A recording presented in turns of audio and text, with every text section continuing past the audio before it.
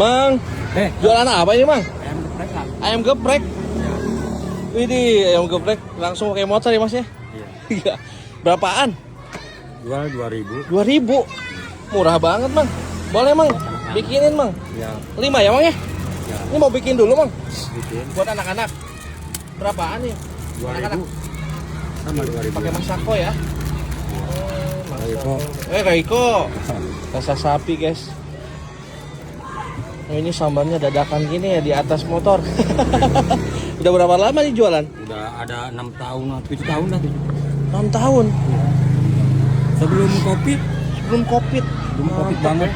Udah lama ya sebelum Covid dulu. Wah, asli ini geprek ya. Jualan dari awal kayak gini. Iya, ada.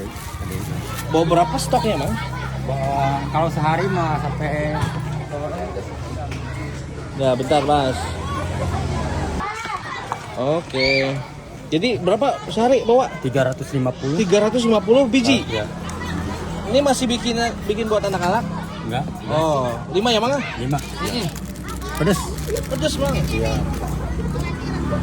Bikinnya satu-satu atau langsung 5, Mang? Enggak, dua-dua. Langsung dua-dua. Ini mantap banget. Ini cabai apa, Mang? Cabai acung. Acung. Langsung ya dua-dua. Ini terinspirasi dari mana, Mang ya? Jualan ayam geprek aja. Oh. Awalnya sih dari adek. Nah. Adek kan jualan kayak gini.